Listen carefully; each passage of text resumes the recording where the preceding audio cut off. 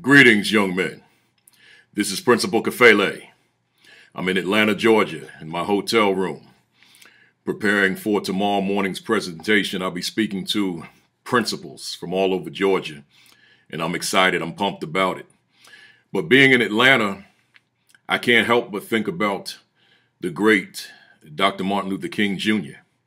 I'm in the city of his birth, so anytime I think of Atlanta, Georgia, no matter where I am, I think of Dr. King. I think about the work he did. I think about his legacy. I think about his sacrifices. I think about his commitment and devotion to achieving the goal of racial equality.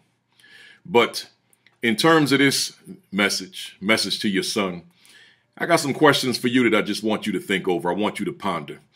And the questions are, young man, what do you know about Dr. King? What do you know about his childhood? What do you know about his teenage years? What do you know about him as it relates to his education, his focus on education? What do you know about his years at Morehouse University? What do you know about his years at Crozier Theological Seminary? What do you know about his years at Boston University, where he earned his PhD degree? What do you know about his work in Montgomery, Alabama? What do you know about his first church, Dexter Avenue Baptist Church? What do you know about going back to his work in Montgomery, that whole Montgomery bus boycott and Rosa Parks? What do you know about his role? What do you know about the founding of the SCLC, Southern Christian Leadership Congress? What do you know about his work in Birmingham, Alabama? What do you know about Dr. King's work in Selma, Alabama? What do you know about Dr. King's work in Chicago, Illinois? What do you know about Dr. King's work in Memphis, Tennessee, where he was assassinated on April 4th, 1968?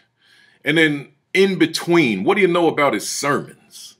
What do you know about his writings? What do you know about his messages? What do you know about his speeches? What do you know about his work beyond those cities and states that I named? What do you know about Dr. King? What do you know about his relationship with other organizations? What do you know about his relationship within the organization that he helped to found? What do you know about his political philosophy? What do you know about his impact on America? What do you know about his impact on the world? In other words, young men, through these questions, you see that there is a lot to know about Dr. King. And I got to tell you, I got to be honest with you. I got to be brutally honest. There are so many young people coming up that do not know this man. They heard of him. I could have asked, what do you know about the March on Washington, August of 1963, and his I Have a Dream speech? See, there's so much. I don't have any notes. I don't use notes for these messages. I just kind of let it flow from my mind. And then when you talk about Dr. King, there's just so many different areas to talk about. I might mention that today, as I speak to you, it's January the 15th. It's his birthday. It's not the holiday. It's the date of his birth, January 15th. He was born January 15th, 1929, here in Atlanta, Georgia. But again, there's so much to know about the man. There's so much to know about the struggle. There's so much to know about the sacrifices. There's so much to know about the dedication, the devotion, the commitment. There's so much to know about his legacy.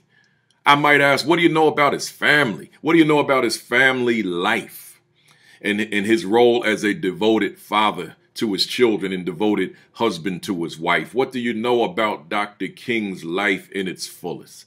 There's just so much to know. So young men, here's my challenge to you as I close. My challenge to you is to be able to answer every question that I raised in this video. Every question. My challenge to you, learn the answers. If you know the answers, then dig deeper and have a deeper analysis of the questions I asked.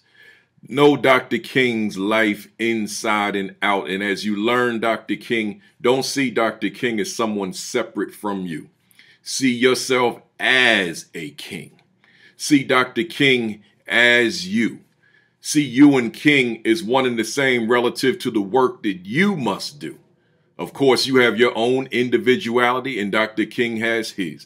But I'm saying to you that the struggle is not over. I'm saying to you that you've got to pick up from where he left off, but you will not know where he left off if you do not know him. So it behooves you, young man, study the man's life. Study the context in which his life came into existence. So understand why he evolved into the man that he evolved into. So it's not just knowing his life, but it's knowing the world that he was born into. It's knowing the nation that he was born into. So there's so much to know. And then knowing the world and the nation and the dynamics of the world, nation, and Dr. King during his life. And then what the world became or evolved into once he made his transition. So in other words, young men, there's a lot there that I just gave you in a short period of time. So many questions, so many challenges. The question, though, is are you up for the challenge? Are you up to do the work? Or are you going to act as if Dr. King didn't even exist? I still study this man. I still try to walk in his shoes. I still try to walk in his footsteps. I still try to do the work that would be expected and required of me because of the sacrifices that he made. So it's your turn now, young man. You got nothing to wait for. You got no excuses to make. You got to get on this thing right now. So let's do it. Let's make it happen. Let's go. Let's get it done, young man. Again, it's January 15th. It's Dr. Martin Luther King Jr.'s birthday. What a great man. Let's make sure that we do what's expected of us as we continue the legacy.